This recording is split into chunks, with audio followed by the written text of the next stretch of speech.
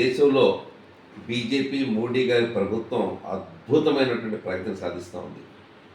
సుమారుగా 75 సంవత్సరాలు ఈ భారతదేశ చరిత్రలో చరిత్రకే చరిత్ర రాసే అద్భుతమైనటువంటి విషయాల్లో మోడీ గారు తీసుకున్న నిర్ణయాలు భారతదేశానికి తలమానికాలు.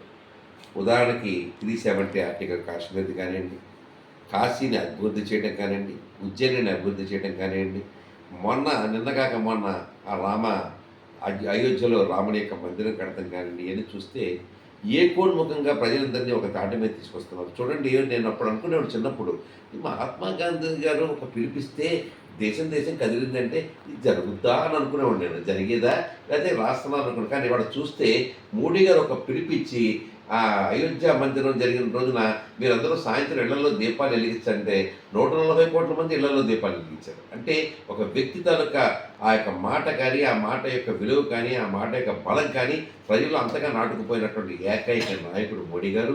మన భారతదేశ ఔన్నత్యాన్ని ప్రపంచ దేశాల్లో చాటు చెబుతున్నటువంటి వ్యక్తి మోడీ గారు.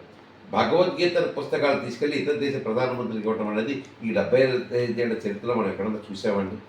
అంటే మన యొక్క సంస్కృతిని, మన యొక్క సాంప్రదాయాన్ని దశ దిశలా వ్యాపింపచేస్తూ యోగాని ప్రపంచానికి పరిచయం చేసినటువంటి మహా వ్యక్తి మోడీ గారు. ఈ భారతదేశంలో బీజేపీ పార్టీ తప్ప ఇంకా ఏది కూడా ఈ దేశాన్ని కాపాడలేదు అనేది మనం అర్థం చేసుకోవాలి. ఒక రకంగా చూస్తే ప్రగతి పదంగా మాట్లాడాలంటే 25 కోట్ల మంది ఈ 10 సంవత్సరాల్లో పేదరికం నుంచి బయటపడ్డారండి. 25 కోట్ల మంది పేదరికం నుంచి బయటపడినట్టుగా సూచనలు చెప్తున్నాయి. సుమారుగా 80 కోట్ల మందికి 5 కిలోల బియ్యం ఉచితంగా ఇప్పుడు 3 సంవత్సరాల నుంచి ఇస్తున్నారు. నిన్న కాక మళ్ళీ బియ్యం రేటు పెరిగిపోతామని చెప్పి భారత రేషన్ అనే పేరుతో 29 రూపాయలకి కేజీ బియ్యం ఇచ్చే ఏర్పాటు చేస్తున్నారు. అటు పేద ప్రజలకి, ఇటు రైతులకి, అటు ఇండస్ట్రీలుగాను, ఇటు సంక్షేమ కార్యక్రమాల్లోనూ ఏ రకంగా చూసినా కూడా భారతదేశం అన్ని దేశాలు గర్వించదగే స్థాయికి వచ్చిందంటే ఎంత గొప్ప విషయం నిజంగా చెప్పుకోవాల్సిన అవసరం ఉంది. భారతదేశంలో ఉన్నటువంటి ఈ యొక్క డెవలప్మెంట్ చూసి ఇతర దేశాల వాళ్ళు కూడా ముక్కును వేలేసుకున్నారు. అబ్బాయి ఏమి డెవలప్మెంట్ అని చెప్పేసి ఇతర దేశాలు ఫ్రాన్స్ అలాంటి దేశాలతోటి వాళ్ళకి ఆర్థిక వ్యవస్థను మనం పోటీ పడుతున్నాం ఈ రోజున. నెక్స్ట్ రాబోయే సంవత్సరాల్లో $5 బిలియన్ వ్యవస్థకి మనం వెళ్ళబోతున్నాం, తీసుకెళ్తామని చెప్పేసి మన యొక్క మోడీ గారు చెప్తున్నారు. మరి ఆ రకంగా చెప్పాలంటే ఇవాళ మీకు తెలుసో తెలియదో బాబు, ఆ మధ్యలో జన్ధన్ ఖాతాలను పెట్టారు. ఇవాళ జన్ధన్ ఖాతాలు ఎంతమంది నాకు తెలుసా? 60 కోట్ల మంది జన్ధన్ ఖాతాలు ఓపెన్ చేశారు. 60 కోట్ల మంది. ఆ జన్ధన్ ఖాతాల వల్లే ఇవాళ ఆంధ్రప్రదేశ్ జగన్ గారు బటన్ నొక్కానంటే ఆ బటన్ నొక్కగానే ఎవరిదే వాళ్ళ అకౌంట్లోకి వెళ్ళిపోతుంది. జన్ధన్ ఖాతాలు ఎవరితే ఆ పరిస్థితి ఉండేది కాదు.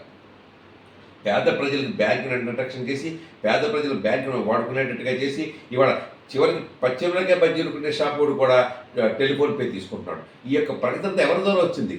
బికాజ్ ఆఫ్ బీజేపీ ప్రభుత్వం ద్వారానే వచ్చింది. కాబట్టి మీ అందరికీ నేను చెప్తున్నాను, ఎట్టి పరిస్థితుల్లో రేపు రాబోయే ఎన్నికల్లో మళ్ళీ బీజేపీ పార్టీ గెలవబోతోంది. 400 సీట్లకు తక్కువ రాకుండా గెలవబోతుందని కూడా ఘంటాపరంగా చెప్పగలుగుతున్నామండి. ఇందులో ఏం మాత్రం సందేహం లేదు. ఇవాళ ఇదివరకు మనకి ఎప్పుడు కూడా టెర్రరిస్టులు అని అటాక్లు జరుగుతూ ఉండేవి. ఇవాళ ఈ 5 సంవత్సరాలు ఒక్క టెర్రరిస్ట్ అటాక్ జరిగిందా మన దేశం మీద?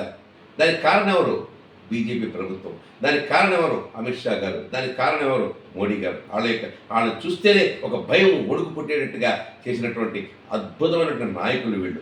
ఖచ్చితంగా వీళ్ళ యొక్క పరిపాలనలో మన భారతదేశం ఆర్థికంగా, శ్రామికంగా, వ్యవసాయకంగా అన్ని రకాలుగా అభివృద్ధి చెందబోతోందని చెప్పుకోవడానికి నేను ఎంతో సంతోషిస్తున్నాను. జై భారత్. విఎన్ఎన్ న్యూస్ ఛానల్ వారి యాజమాన్యానికి శుభాకాంక్షలు చెప్తున్నాను. ప్రజలకి సంక్షిప్తంగా, సక్రమంగా, న్యాయబద్ధంగా న్యూస్ని ప్రసారం చేసే ఈ ఛానల్కి నేను మరింతగా ఆర్థిక శుభాకాంక్షలు చెప్తున్నాను. మీరు ఇంత బాగా ఇంకా ముందుకెళ్ళండి. వాళ్ళు ఎలాగైపోయినాయి అంటే ఏ న్యూస్ ఛానల్ నమ్మాలో తెలియని పరిస్థితి వచ్చేసింది.